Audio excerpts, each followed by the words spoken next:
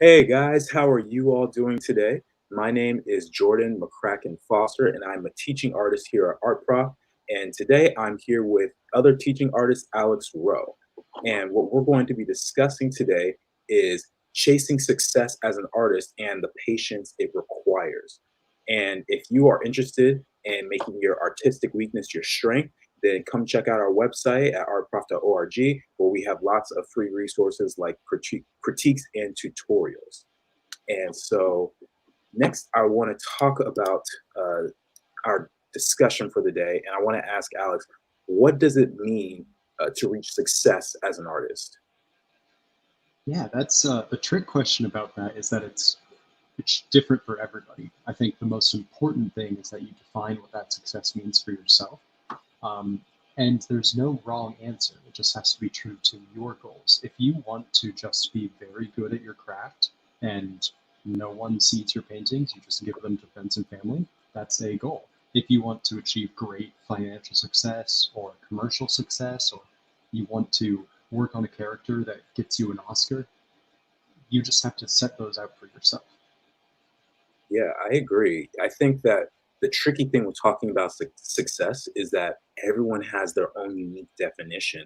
And so that's one of the reasons why we decided to start out with this question in the stream because the definition for Alex and I may be very different to all of you watching our stream. And that's something you guys kind of have to determine for yourself. Like for me, my idea of success would be to have my own animated TV show. That's something I've just always wanted. So I don't know, Alex. What about you? Is there like a specific art goal you have that you feel like would mean success for you? Yeah, like my specific art goal is to simply publish a book with my work. Ideally, more than one. Um, but it's funny that kind of gets into where and we talked about this a little before the stream started, where my I've switched gears where my goal is not to achieve financial independence with my art, which was my goal when I graduated school. I wanted all of my income to be made through art. And it's kind of finding love in other careers that I've had that made me realize I have more interest and kind of want to tap into those for income. I see. Okay. So your definition is very very different than mine then with the publishing book and then also having interest outside of the art realm because for me I just want to do art. That's all I really care about. Call me a bunch of pony if you want, but that's just that's one of the reasons why we have to just define it, and I think it's so valuable. So let me ask you this: why do you think patience is such an important key to obtaining success? I think that in my experience with it and in talking to other artists friends, like nothing is quick in the art world. Like anything that you want to do, you have to do something else first, and you just have to always be ready for it to take longer than you expect it to. I know that breaking into the publishing world, for instance, is extremely difficult, and it's not an uncommon story for people to be pushing at it for decades even before they get in the door. How about you? What's your experience with that? You know, every single time I try to learn a new skill, patience is required. And most of the skills that I've been trying to learn just simply comes uh, through art because that's what I've been focusing on my time on. And so I have to rely on it. If I don't know how to draw or paint something, or if I don't know how to create a concept for something, then I have to force myself to not get frustrated because it takes such a long time to figure out. And I was talking to someone just the other day about how long it took them to fully understand how to how to do their world building for their project and why it's so difficult sometimes. And you can't, in my opinion, you can't allow yourself to just be stopped because you're impatient with stuff. You have to learn how to go through it. Hmm. Yeah, like this kind of like in the last stream you and I did. You have to find that personal love for yourself too, beyond that end goal you have. Um, Actually, oh, excuse me, Neil Spinoza kind of hits on what we were saying there. My current goal is to get accepted to art university, but I've learned the lesson not to measure my success based on that. Whether I get accepted or not, I should still be happy and open. Life goes on. And that's a very, let's say, like next level like Zen skill with that. Like I struggle still with having that patience and peace to accept when goals don't work out instantly. But yeah, that's exactly it. Like life is still life, and it'll still throw you surprises. Yeah. You know, it's so, I laughed when that phrase "life goes on" was said because I'm actually wearing a Tupac shirt that literally says "life goes on" on it. It's funny. I'm wearing my "Keep on Keeping On" shirt. Oh, yeah. Oh, that's awesome.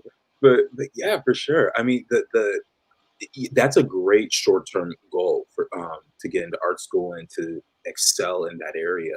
But there's the inevitable thing about art school is you got to graduate at some point or you got to finish at some point. And Mhm. so I think a lot of the ideas about success, at least where I'm coming from, are more long-term goals too.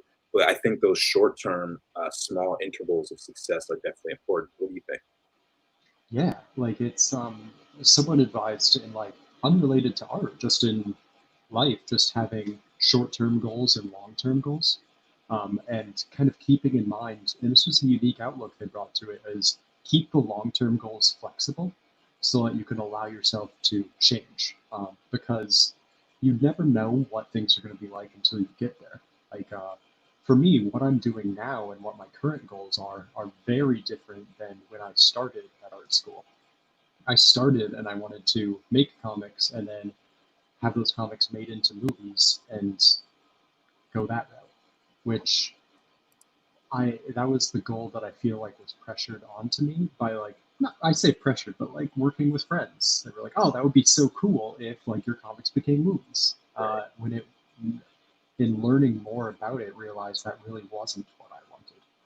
Hmm, that's interesting. Yeah. Well, I think that one of the things that interests me about success is also the correlation of failure that's mixed in.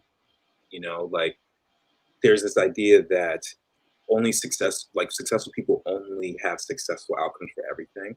But I also Mm, find it funny that there's a certain element of failure that comes with it.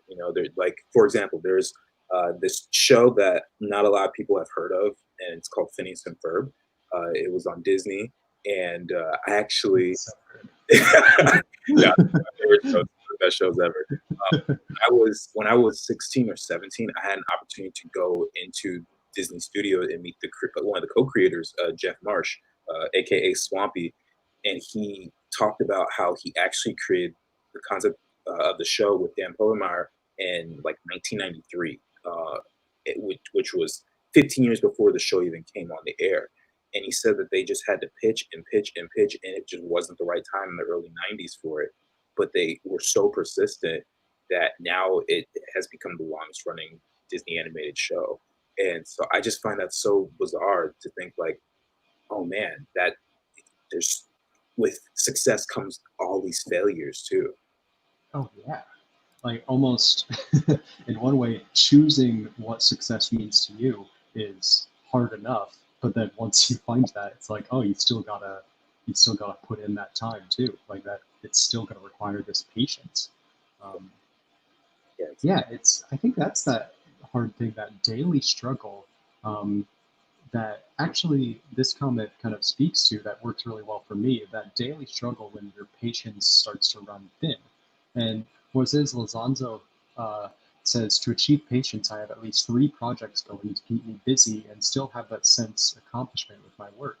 And that works really well for me to work on big term projects and small term projects. So because I think I fuel off that feeling of completing something.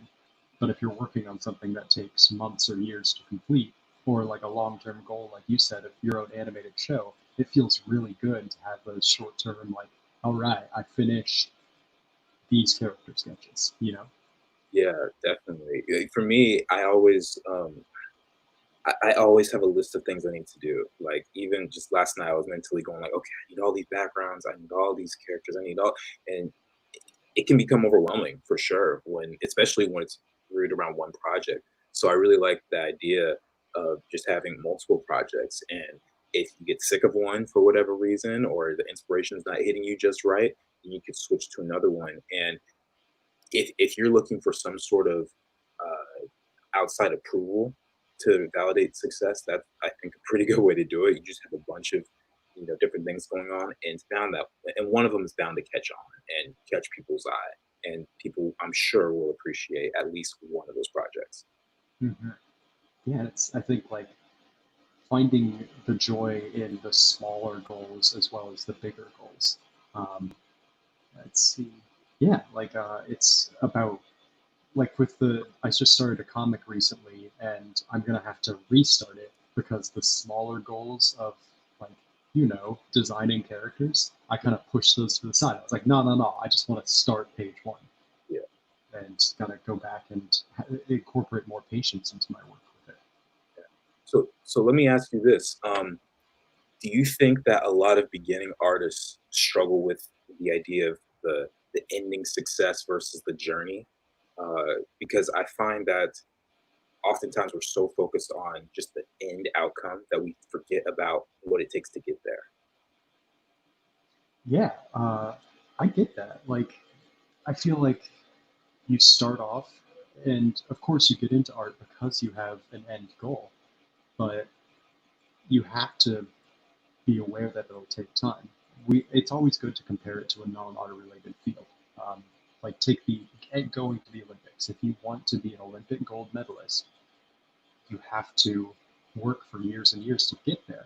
And I think it's important to have that goal that you stay focused on, but don't let that don't be disheartened when you don't achieve that goal instantly. Yeah. And it also that was it kind of embedded in in your answer was the idea of taking breaks too.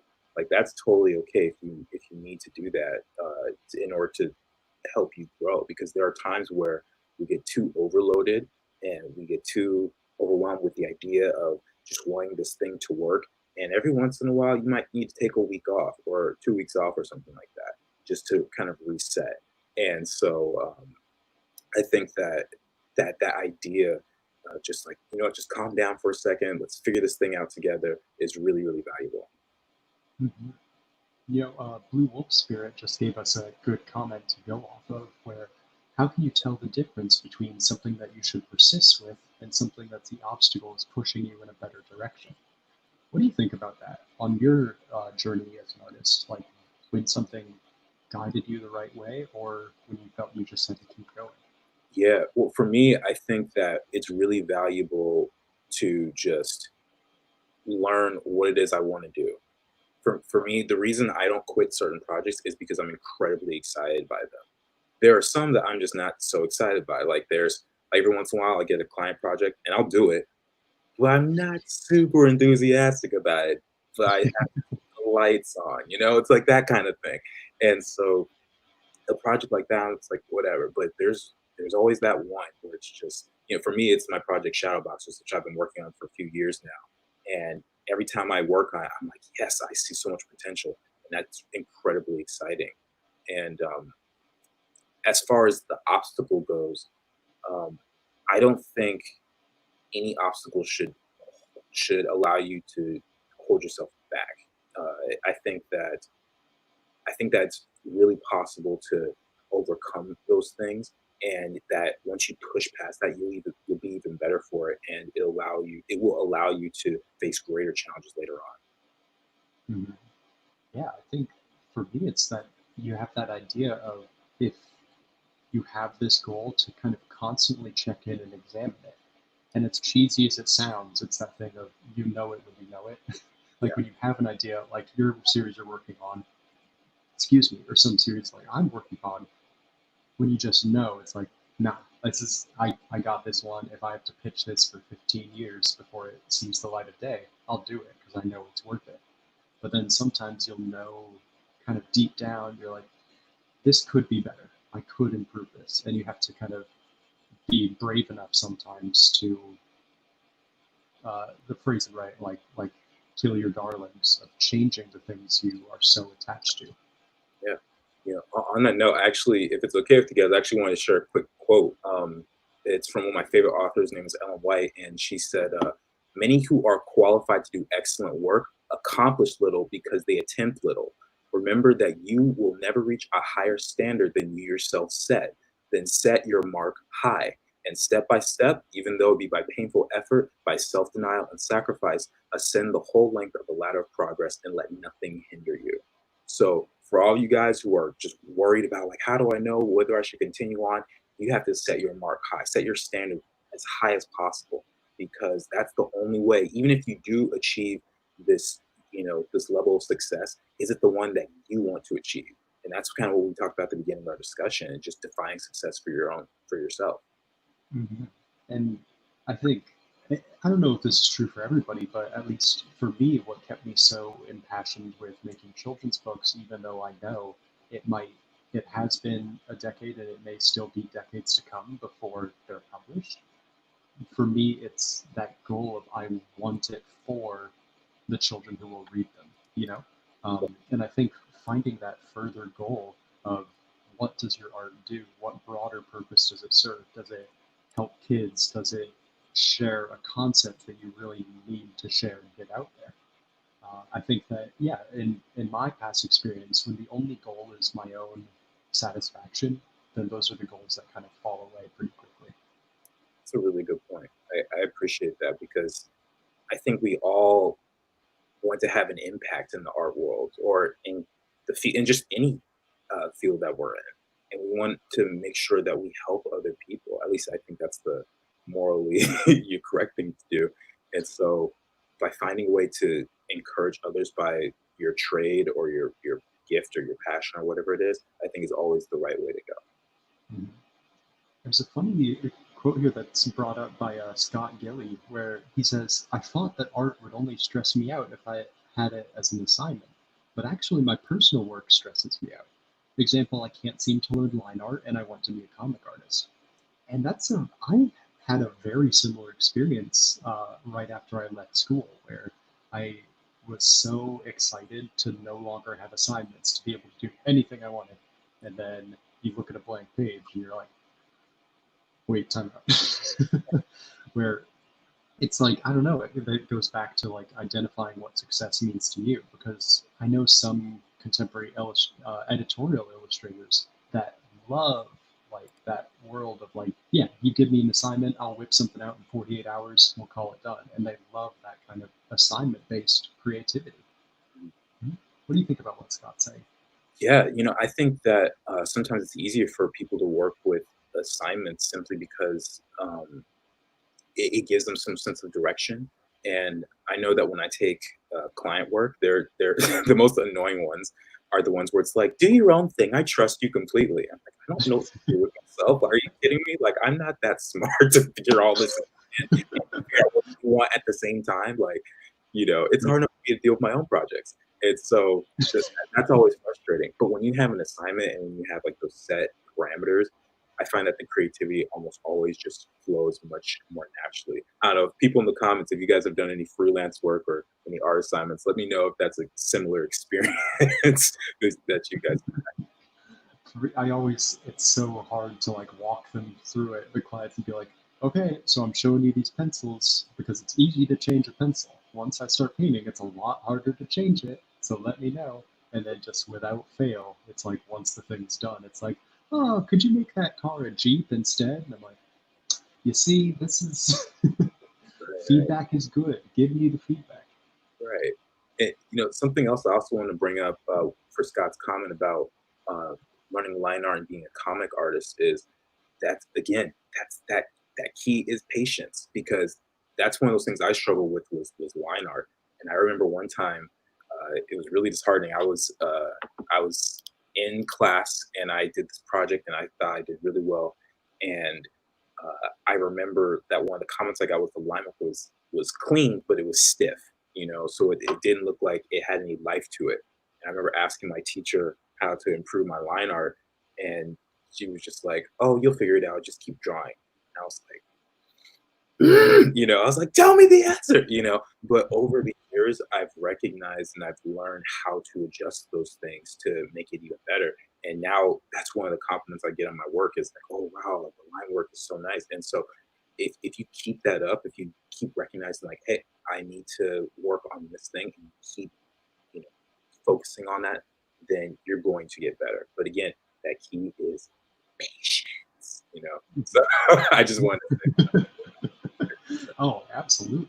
It kind of voices brings up a good idea of like how to find those things that you have the patience for. Work on things that excite you, things you want to talk about for the rest of your life, and those things you're really passionate. Like when you were talking about your show concepts, those things where, yeah, I don't care how long it takes, I'm just going to go for it. And I think almost if you're running out of patience for a project, I think sometimes, for me at least, that's been a sign that it's time to say goodbye to a project. Mhm. Like there were some long-term projects like a couple of years ago where I was like, oh yeah, I'm going to do this and it's going to take a long time, but I'm committed to it. And then a couple of weeks or months in, I kind of, I'd rather not. Let's work on other things and just kind of recognizing that patience is necessary for projects you love, but if it's a real push to get yourself to do it, that might be a sign that it's not a project you love. So let me ask, do you think it's possible to excel or succeed in a project when you're just being rushed by, a client or a boss or whoever? Um, do you, and do you think that it's possible to just kind of get over the idea that not everything will be perfect? I think, yeah, sometimes there was a comment actually made earlier. Let me see if I can find it again about how hard it would be to make art only for the money. But that kind of brings up what your goal of success is too, where I think, like to answer your question, for me personally, I have a very hard time being proud of pieces like that, where they have a quick deadline, quick turnaround, and I just got to finish it up. There's always something that I'm unsatisfied with. Whereas, like some editorial illustrators I know, they thrive on that, and Right. they kind of know, like, oh yeah, this isn't the best thing I've done, but I love that hustle of it. We got to do two shout outs really quick to Tom G for the super chat. Thank you so much, dude. That means a lot because, yeah, Art Prof makes it on donations for you guys. And Scott Gilly as well. You guys are so great. Thank you so much for the support. It's guys like you that keep Art Prof going. Thank you guys so much. We really, really appreciate it. And even though Clara's not here right now, I know she does too. Clara is always here. Whenever an artist struggles with sketching or watches a Michael Fassbender movie, Clara's inside, you know? Uh, Let's see. This is an interesting comment, actually, by W315 Bird. In design, getting something in on time and in budget is a success. Not everyone can do it, and if you can, you should pat yourself on the back. That's such a good point because my best friend in college, my old roommate, was in graphic design, and it was a lot more focused on that concept of it, and your design is only part of a larger whole of the project. And it's really cool to kind of think of that as an entirely different skill set and in purveying to this conversation an entirely different goal. And what do you think about that as far as like the different fields that art and design can go into and the different patience required for them?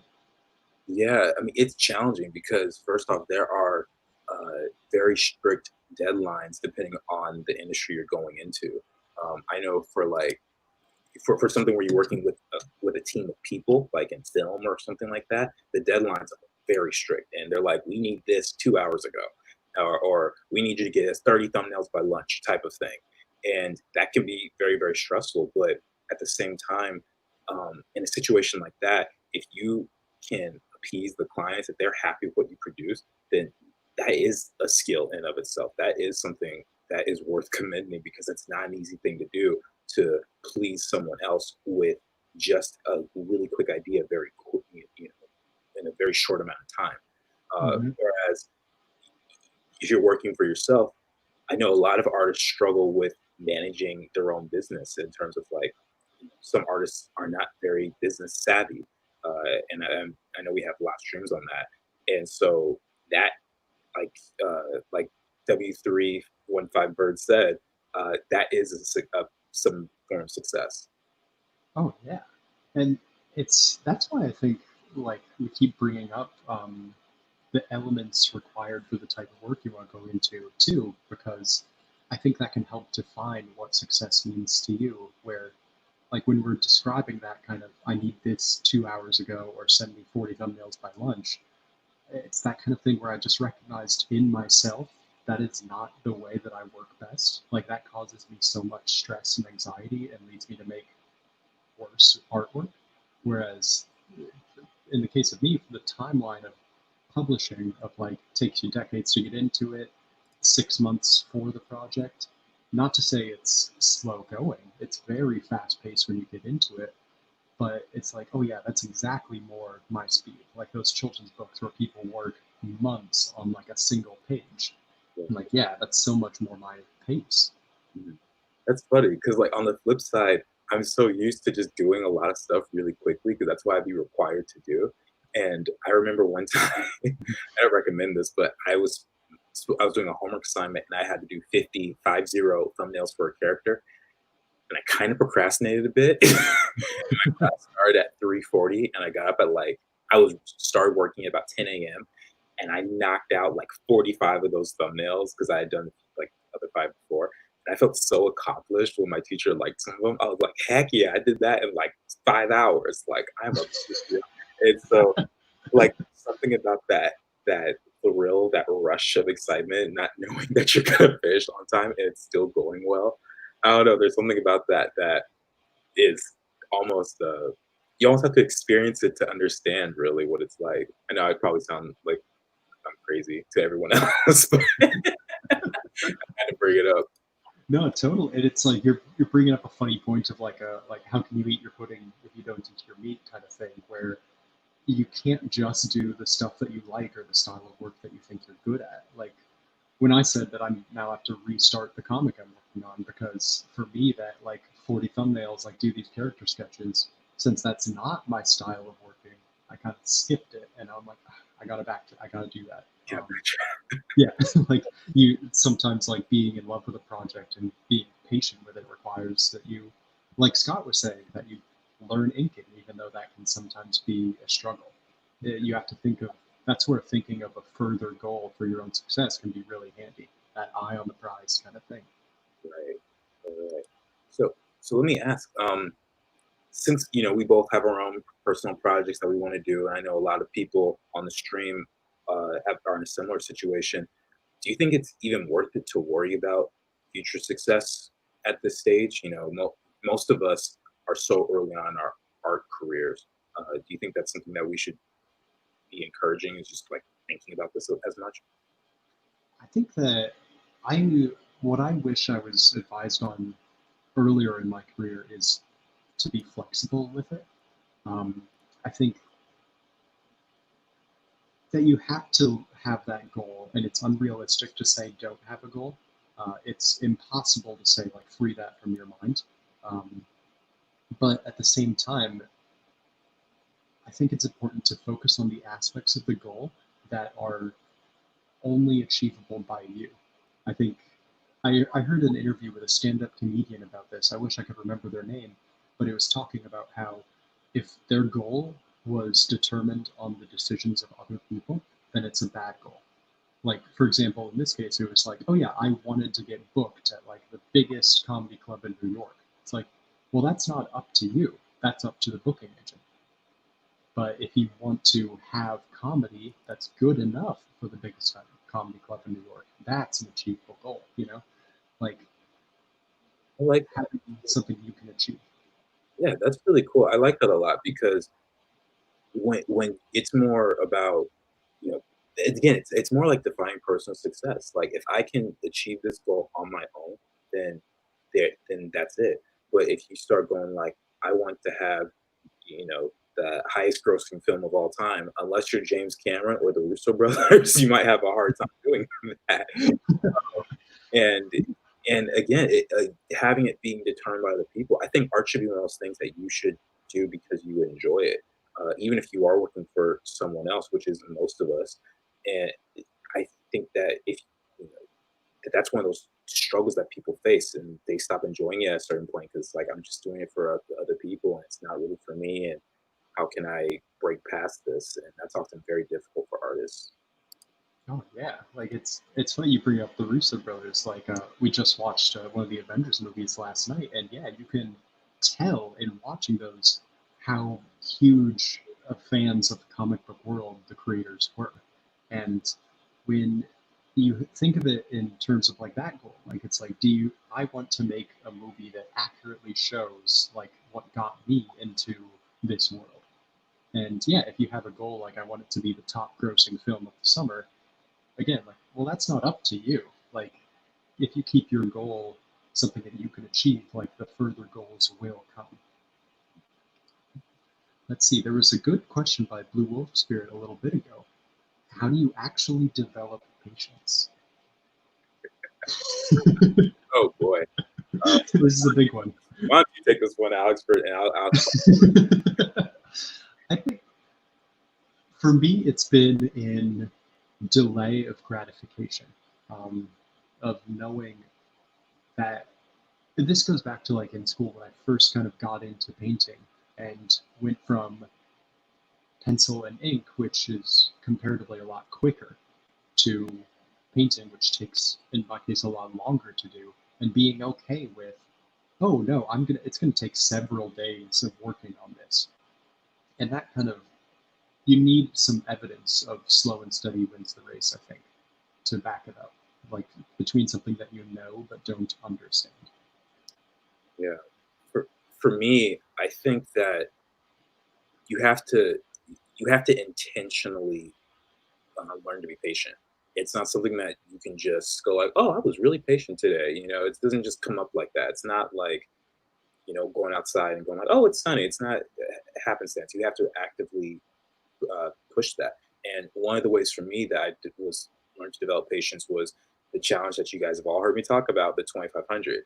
And the reason why it forces you to develop patience is because it takes so doggone long. And there's so many drawings in there, and it gets irritating after a while. I'll be honest with you. But I know at the end of that, I'm going to be so much better off. Like just the other day, I was looking at drawings I did when I was maybe 13 or 14, and I had known about the challenge even back then. And I was like, whoa, I thought these were so good. I posted these everywhere. I was like, look at this. And I'm getting so much better. And now I look at those and I cringe. But it's taken me, over 10 years to get to the point that I'm at now. But it's so worth it. It's so, so worth it, especially when I can see it for myself. Mm-hmm. That's, yeah, that feeling of being proud of a piece, and then years later, you're like, nothing's more like almost cringe inducing, but also very joyful to be like, wow, I've grown so much. And it's funny, Alice DB answered the patience question like perfectly. I think it's patience is developed by waiting, by being trained at being irritated at not getting that what we want to get as soon as possible. And just almost like life, it sounds like she's saying life is the greatest teacher of patience. Like almost, we will all go through patience boot camp whether we like it or not. Like, Oh, heck yeah. It's funny because we live in a world where everything is just now, now, now, now, now, where you're constantly getting emails, you have social media, you have the news, you have, people around you just constantly going, I want this thing now. And it can be very, very challenging uh, to stay patient in a situation like that because you're constantly being told by the world not to be patient, and it's definitely tough in 2020 to be that way. Maybe we're all learning it while we're locked in our homes in quarantine, but I don't know. yeah, and this kind of like what's becoming just like a generic piece of advice from me is to just like take a social media break, couple months, like I did that, and it's like any concern you have about losing followers or falling out of touch with people, those are not real. Like just get off it for a bit and have that experience of making art that you don't need to share every day, and that can become a great teacher in like, oh, I don't need to post progress every day. I don't need to finish this painting by tomorrow so I can post about it. Great. I love that point. And guys, speaking of sharing and teaching art, we have a lot of our podcasts up on Spotify as well as on iTunes. And if you like to leave us a rating and a review, that would be really awesome. We have lots of good information out there for you. After the stream, Alex and I will both be on Discord to answer some of your questions that we did not get to in the stream, and we will be in the channel post live streams. And please click on the bell icon and subscribe to our Prof YouTube channel for more notifications. And last but not least, we want to thank all of our top Patreon supporters. You guys have been so awesome these last few years helping get our Prof where it is today, and we can't do any of this without you. So we appreciate it. The other TAs appreciate it. I know Clara appreciates it a lot. So thank you guys from the bottom of our hearts. Thank you all for watching the stream, and we will see you next time. Take care, everyone. Bye, guys.